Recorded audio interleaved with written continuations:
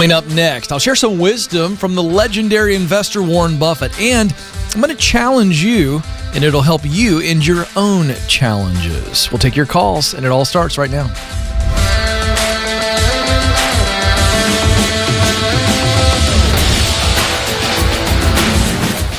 I am coming to you live from Ramsey Studios in Nashville, and you are joining a conversation about who you are, what you were created to do, where you want to do it, where you can do it, and then, of course, how do you get there? The journey itself.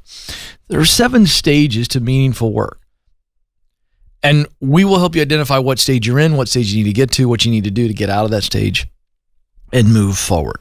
The 7 stages are get clear, then get qualified, get connected, get started, get promoted, get the dream job, give yourself away. Now, those last 2 stages, get the dream job and give yourself away, that really is, those are consecutive stages. You're in those stages at the same time. And that's what we talk about when we say working in your purpose, working for your purpose, working with meaning. Significance is the goal. Success will come along with the chase to making the greatest difference that you possibly can. That's what you were created to do.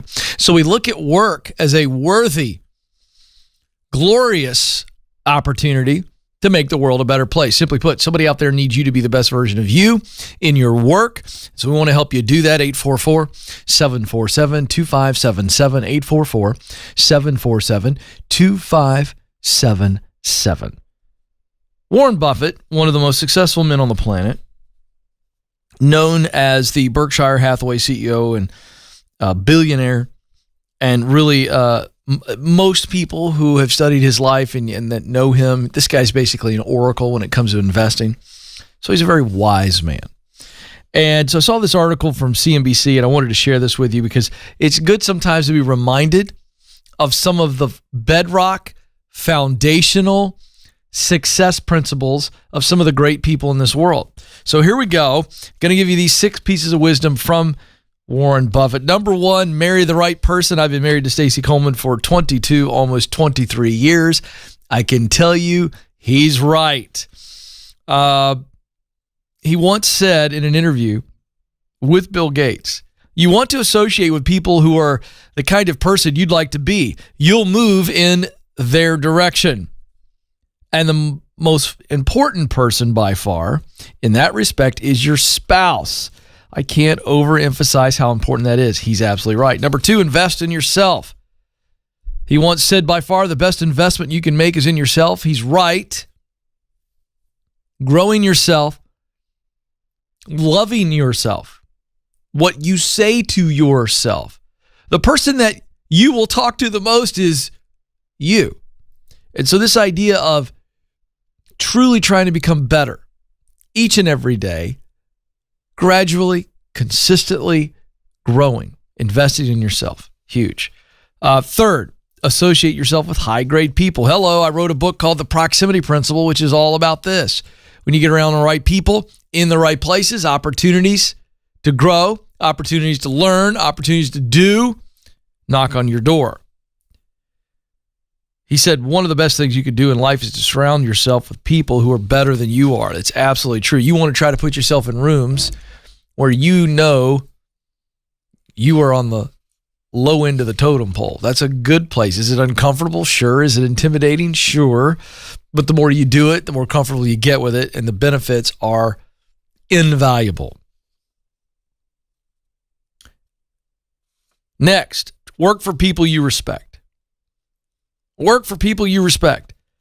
Buffett said, try to work for whomever you admire most. It won't necessarily be the job that you have 10 years later, but you'll have the opportunity to pick up so much as you go along.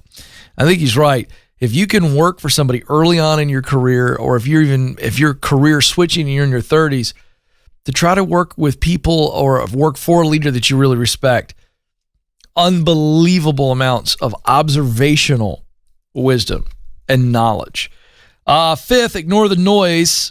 I talked about this on the show the other day. We live in the noisiest time in the history of the world, not just because of COVID and politics and racial divide in our country, but because we're surrounded by every speaker you can imagine, right? Think of a speaker. If we turn the speaker on, we hear noise coming out of it. Well, we've got social media, we've got 24/7 news, we've got websites. I mean, we are constantly surrounded by noise. It's just coming at us. Learn how to turn the noise off. Quiet. A place of rest. And rest is not necessarily taking a nap or a sabbatical. Sure, it can be. But what are the rhythms of rest in your day, in your week, in your month, in your quarter, in your year, where you have some time where there's no noise?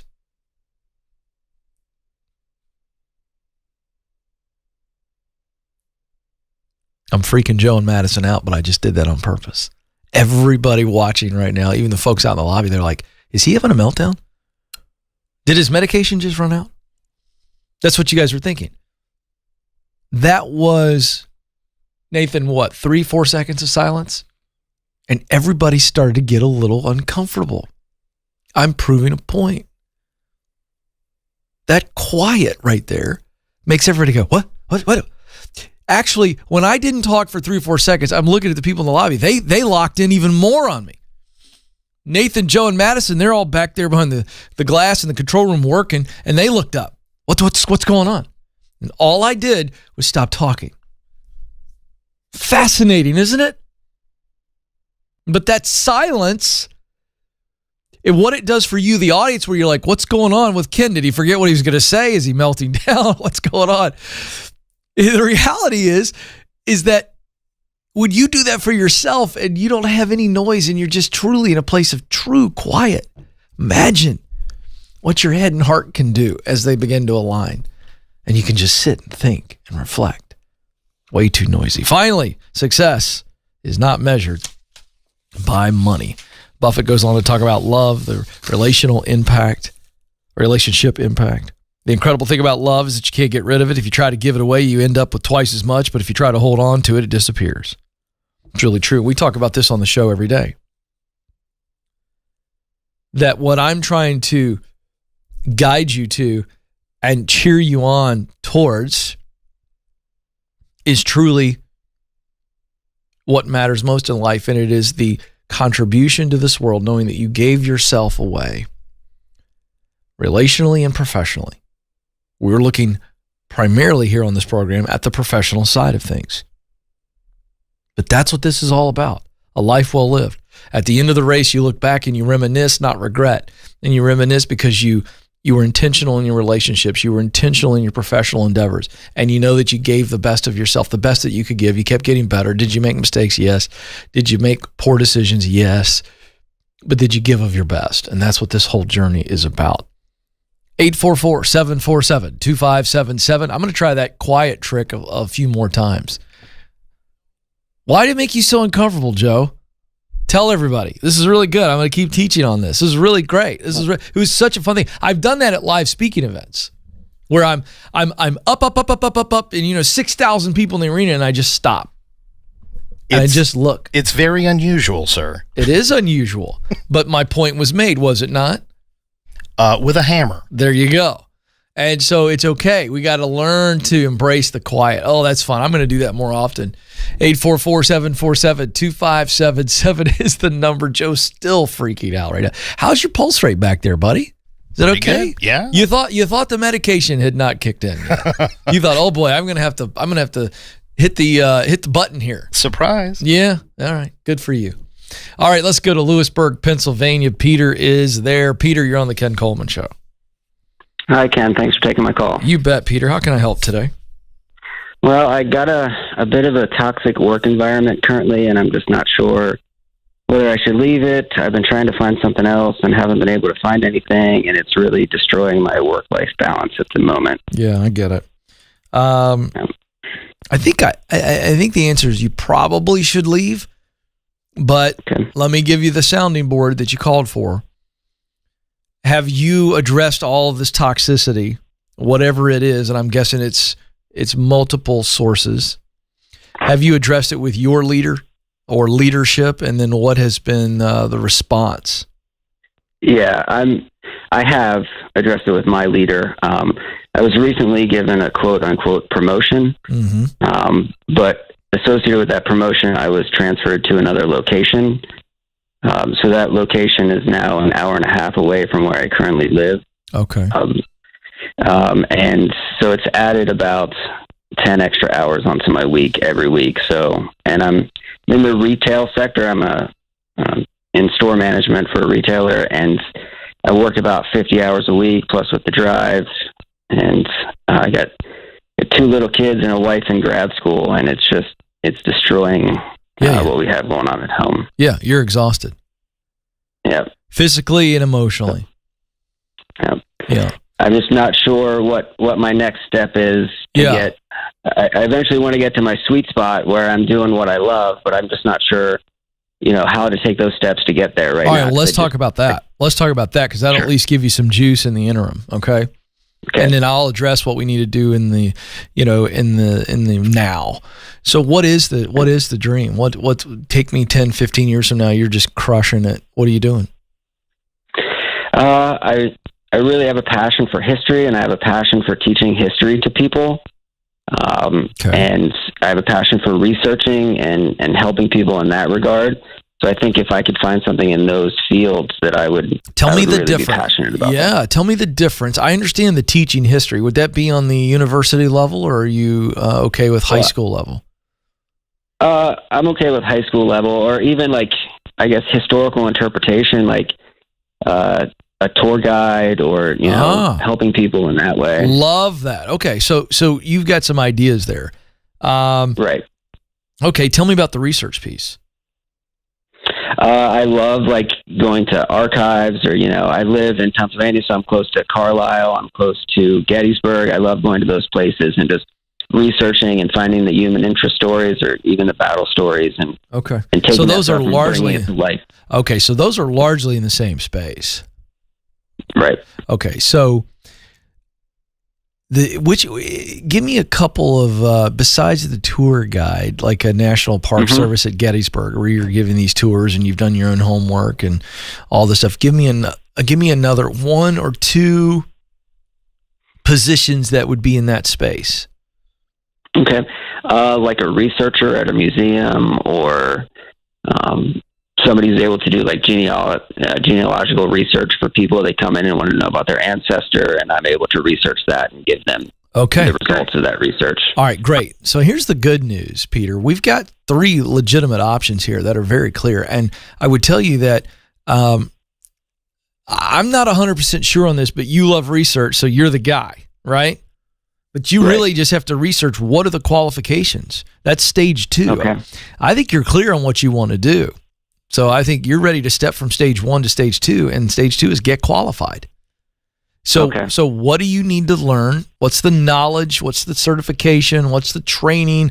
What do they say is the qualifications for those 3 things? You understand what I'm saying? So we got National Park Service, the Ranger, whatever. What do you need to do to get qualified? You may not need to learn anything new in the sense of certainly not a college degree, I would not think, for any of those. I could be wrong, but that's why I want you to go do the homework on this.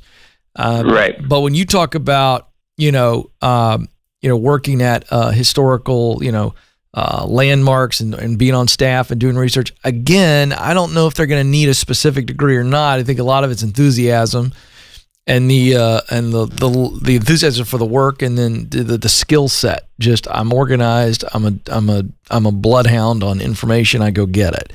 So I think if you look at those 3 things, what does it take to get qualified? I don't think that's going to be that arduous of a qualification process. Right. Okay. So now we go, okay, I know what I need to learn. I know what I need to do experience-wise, and you may not need a bunch of that for all 3. I just don't think you will, but I could be wrong. Then it's what is it going to cost if there is some qualification or certification or training? What's it going to cost you financially? And then how long is that going to take? Those are your 4 questions. And it's a checklist. So the first one is the education question. What do you need to learn? The second question, if you're writing this down, second question is, what do I need to do? That's the experience question. Third question is, how much is it going to cost me? That's the economic question. Fourth question is, how long will that take me? That's the expectation question. So there's your list right there. And I could tell right now you've already gone, oh, this is a simple checklist. That's what you're thinking. Right. Go get those answers. You can gobble you can gobble up that list in an hour. Right. So therein lies your next steps. That's your homework. And once you have the answers to those 4 questions, you go, now I could put a plan together, yes or no? Yes. Of course you can. Yep. So then let's bring us back to the current situation. So as you're doing that, you're going to have a pretty clear picture, I think, in the next 24 to 48 hours. And by the way, in going through that process for all 3 of those jobs that you mentioned, I think it'll further help clarify which one, is there a combo job?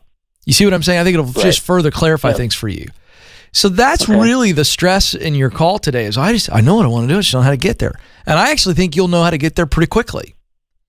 So then we go, okay, I've got a plan and I got a timeline.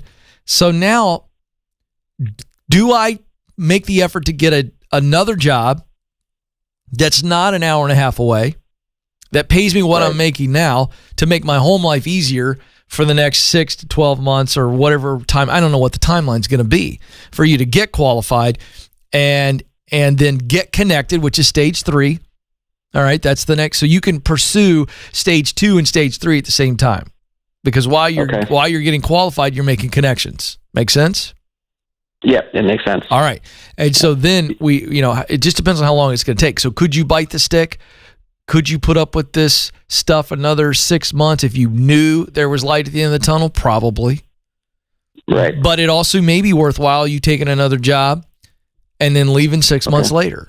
You will decide that. But I think your mindset, I think your attitude and your resilience, your grit will increase with more clarity that I can get there. Am I right?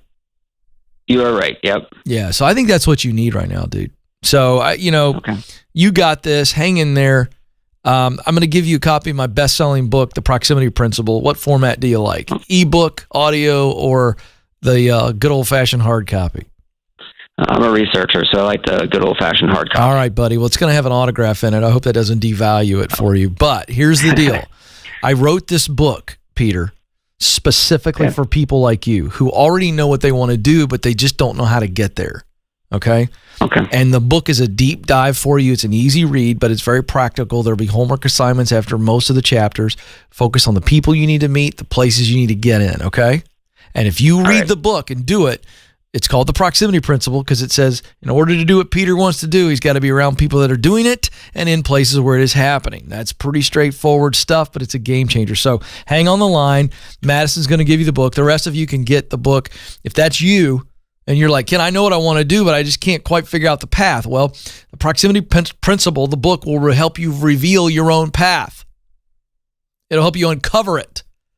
And you can get all 3 copies for one price of $25. Whether that's you can get an ebook version, audio book version, and hard copy version at my website, kencoleman.com. Can't get that deal anywhere else. #1 bestseller.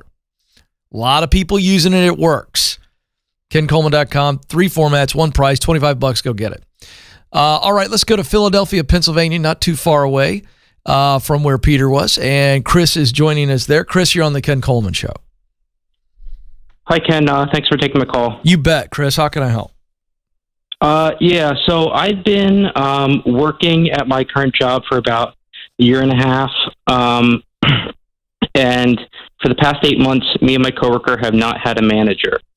So we've been taking up a bunch of extra roles and extra responsibilities with no compensation increase. And I'm wondering if it's okay or allowable for me to ask for more compensation or to look for another job. Well, what if they gave you the compensation? What if you went in there and you said, hey, listen, for 8 months, me and my coworker have basically been co-managing ourselves and others. And I feel like I've done a good job. I'd like to grow here. What do you think about a bump? And that's not how I'm going to tell you to ask for it. But let's say you did that and they said, sure. Would you be thinking about leaving, or would you still want to leave? I've thought about leaving. I don't I can't tell you an amount of money that would make me happy in my current job as I was happy before when my managers left. Yeah. Well, that's the intellectual conversation you have to have.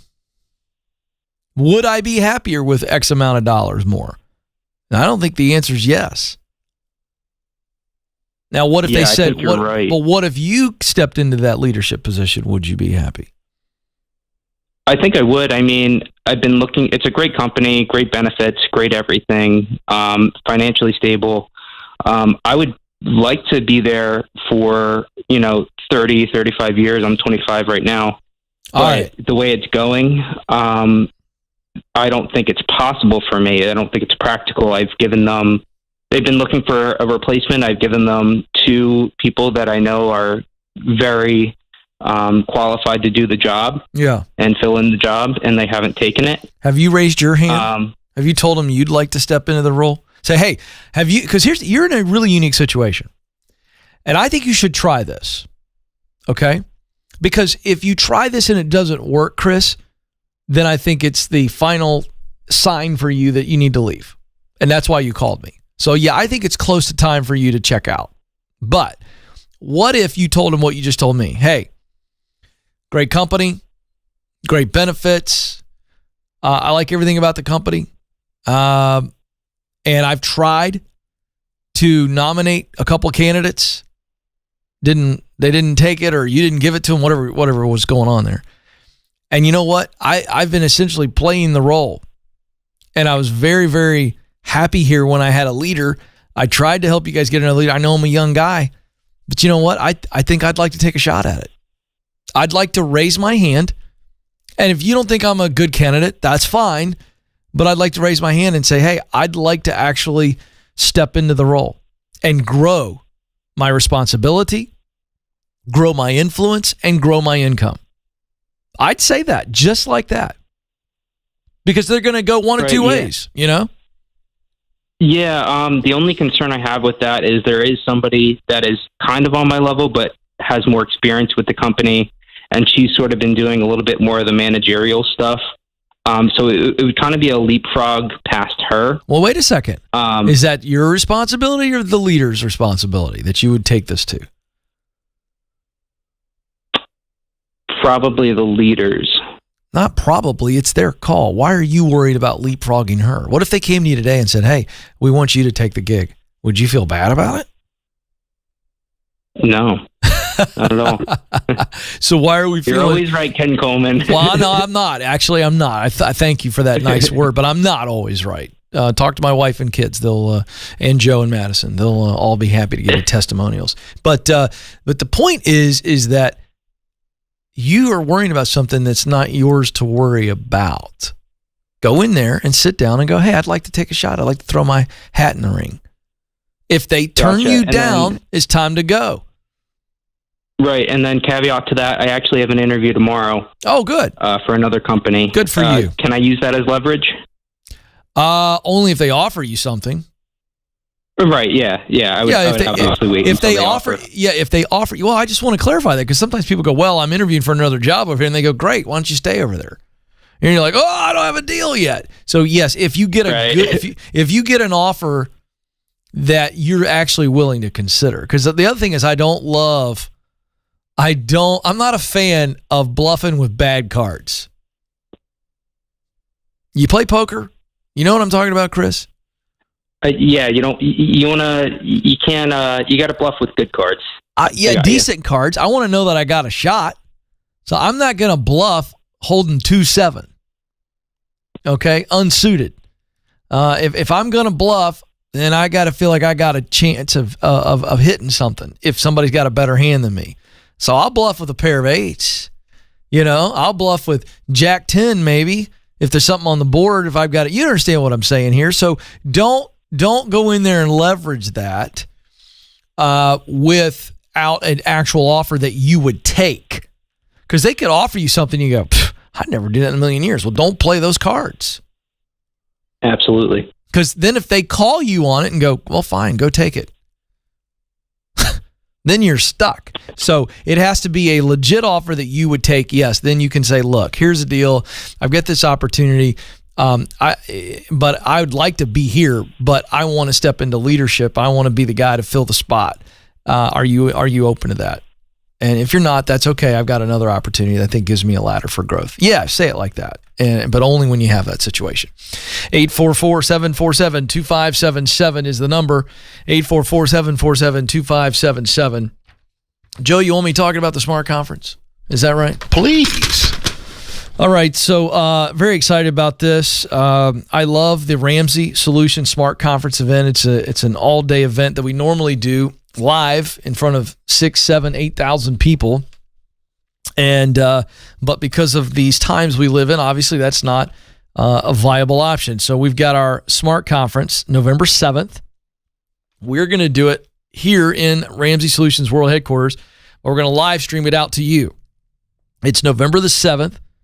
And you're going to learn some great stuff from not just Dave, myself, Chris Hogan, also a couple of our good friends, Meg Meeker, Les Parrott, Christy Wright, Rachel Cruz, Anthony O'Neill, John Deloney, the whole Ramsey crew will be there. And you want to talk about one day where you get true life hacks in every area of your life. You will be smarter. That's why we call it the Smart Conference. It is a live stream event. And there still are spots available. DaveRamsey.com/events. DaveRamsey.com/events. We'll see you in a couple of Saturdays from now. Madison, I'm going to have the PR team have the TVs on all the channels before they leave on Friday afternoon. Great idea. You know what I'm saying? Because I'm going to have to steal away from the green room when I'm not speaking to check on the games. Yeah, you know. I mean, I can't go a whole day without watching college football. No. So the slate is a little weak, but you got some good late games. Is the 7th week? Well, that's good because that'll make me feel better that I'm not missing as many great games. Just Ohio State, Penn State at nighttime. It's yeah, well, I hate both of those teams. Yeah, so same. That's great. I love saying that. It's so fun, isn't it? It's okay, folks. I'm not about hate, but it's okay to hate your rival. Just don't hate the people that cheer for the rival. You see the difference?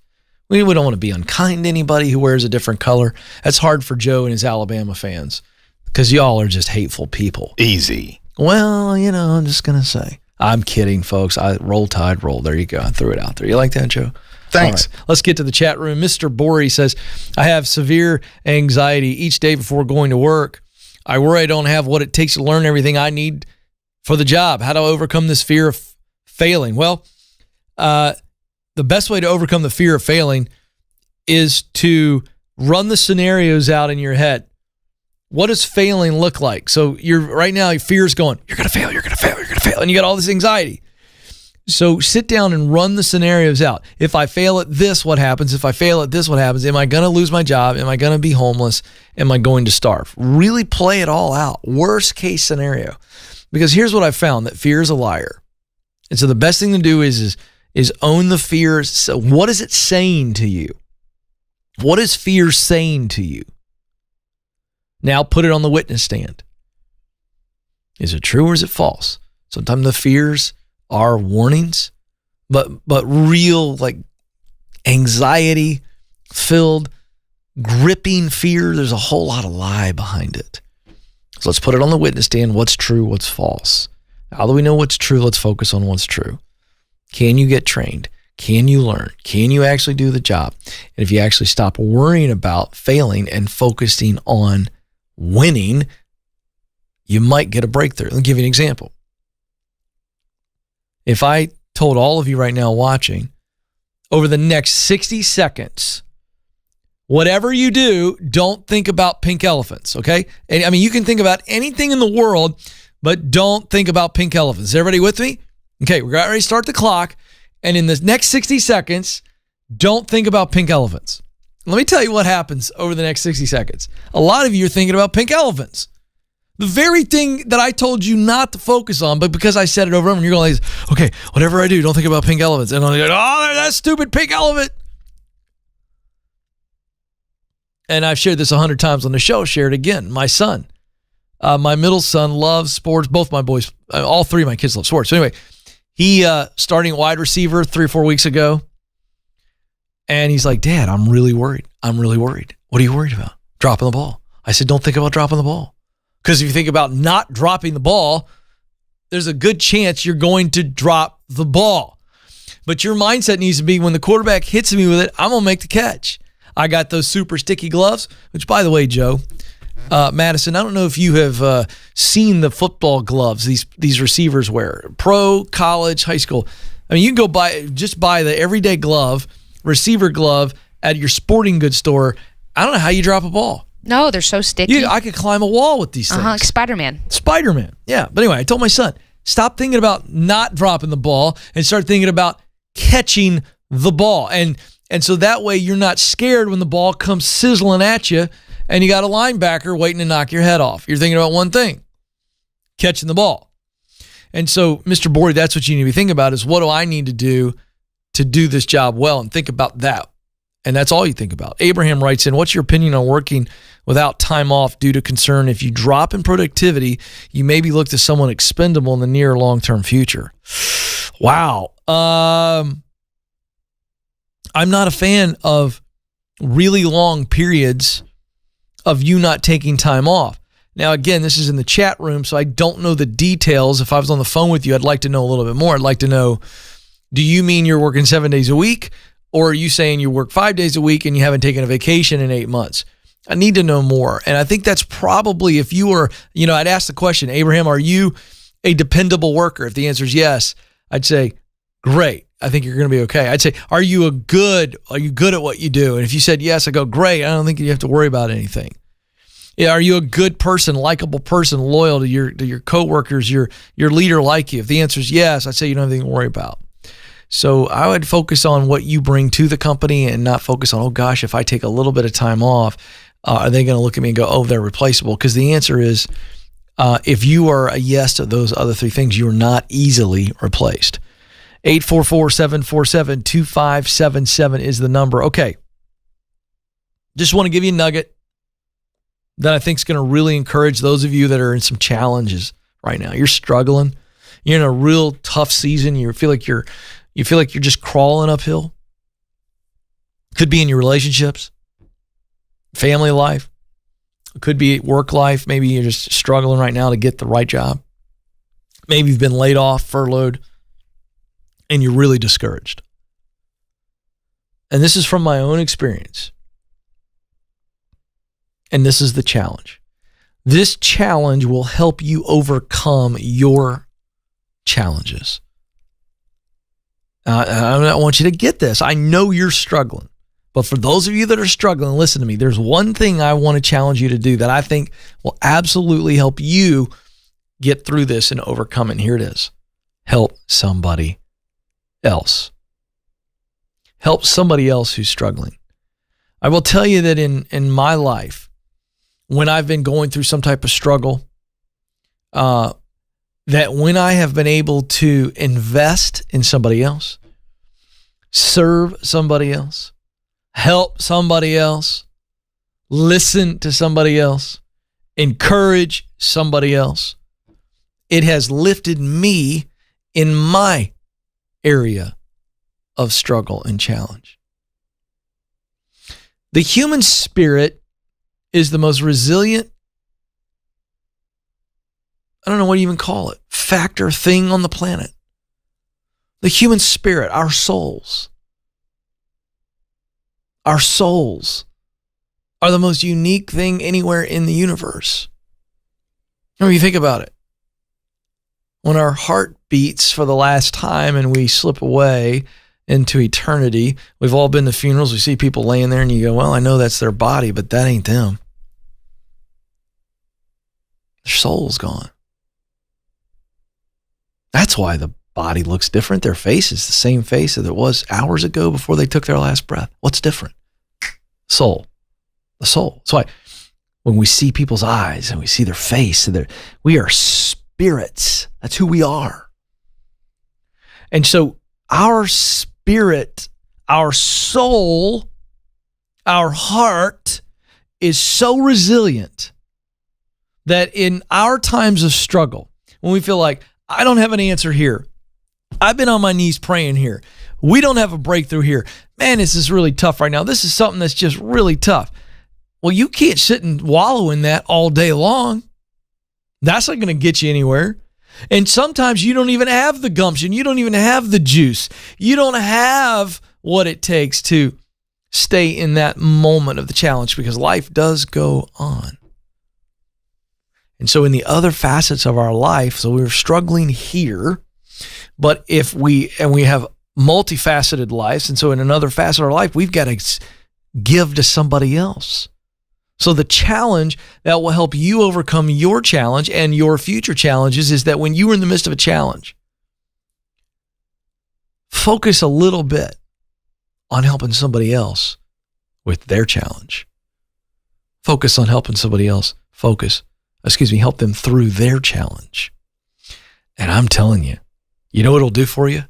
It'll give you that juice that you haven't been able to summon on your own. It'll give you that perspective that you've not been able to have. It'll give you the gratitude that maybe you didn't have your eyes on.